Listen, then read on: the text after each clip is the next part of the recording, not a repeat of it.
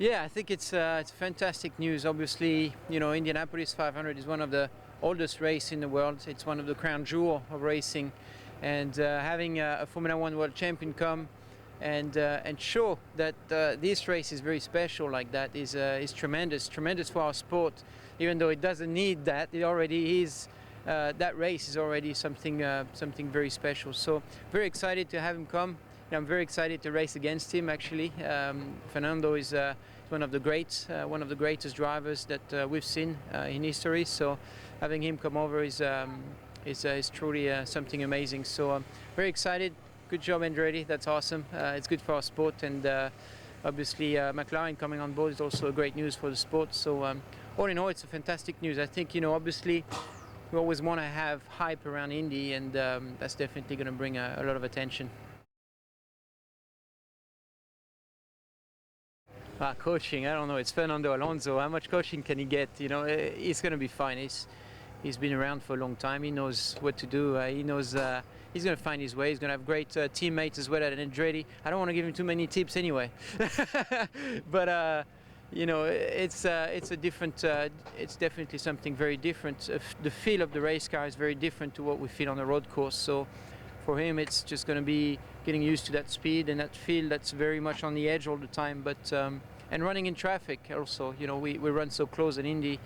It's more about where you place yourself and how you manage your race at the beginning of the race and how you place yourself at the end. I always call it a chess game, and I think that's what he's going to discover during the race.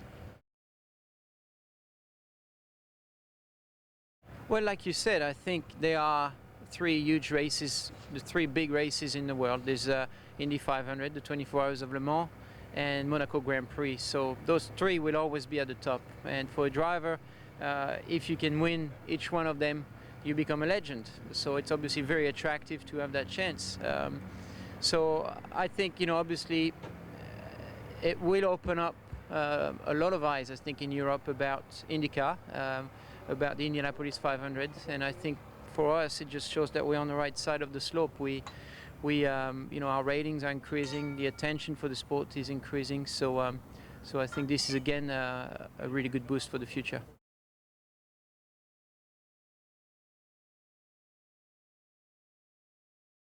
Actually, I thought, is it April Fool's Day? Like I really did. But it's amazing. It's great for series. Very cool to have a guy like that racing and trying an oval, and the probably toughest, biggest oval. He's with a great team, so yeah, I really think that is great news. Yeah, creep up slowly. I think these cars, I mean, you get a sense of comfort around there until it catches you out. I think that's the one thing about ovals is once you feel comfortable and then suddenly, it's like Kurt Busch. He did a phenomenal job. He's obviously an amazing talent, but he had that one bobble, and then he kind of said, "Oh yeah, now I see what you guys mean. Like it just catches you like that. You're not ready." Yeah, I mean that's the one thing about ovals. You got to creep up slow. Don't do something that you're not sure of.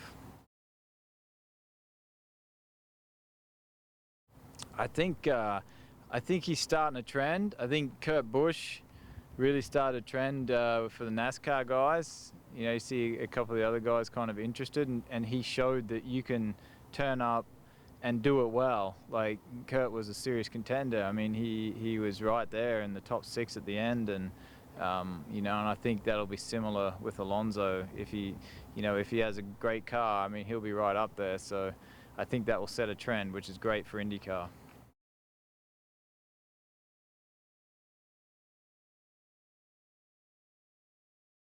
Well, it was interesting because I actually woke up at like 5 o'clock to go to the bathroom in the middle of the night, and I looked at my Twitter and I saw it, and I was like, not reading it right. And then I realized it wasn't like a joke, so I was very surprised. But I think it's unbelievably cool, and Fernando's someone who I've admired for a huge part of my life and career, and the fact that he's coming to race not only in the Indianapolis 500 but as a teammate is pretty special. I think he'll be surprised. I had Phoenix, which is very different, but you kind of at least get into the mindset, I guess, of an oval. There's the special thing about the 500 is you have so much practice time. So I think initially it'll be pretty eye-opening, but he'll adapt to it very quickly, and I have no doubt that it'll be competitive. I think the hardest thing for him will be kind of the openness of everything. Formula One's very used to there's firm boundaries among not only team members but how race weekends are operated and such. And IndyCar is more of a relaxed environment, and I think he'll enjoy it. Just knowing him as a person, he's very laid back and very much of a Spanish mentality. So I think he'll fit in just fine, and I think he'll be surprised with competitiveness as I was and as everyone is that comes into the Rising IndyCar Series for the first time. No, because I'm planning on going for 2 for 2. So, like I said, I'm sure it'll be competitive, but we have every intention of going and trying to win it again.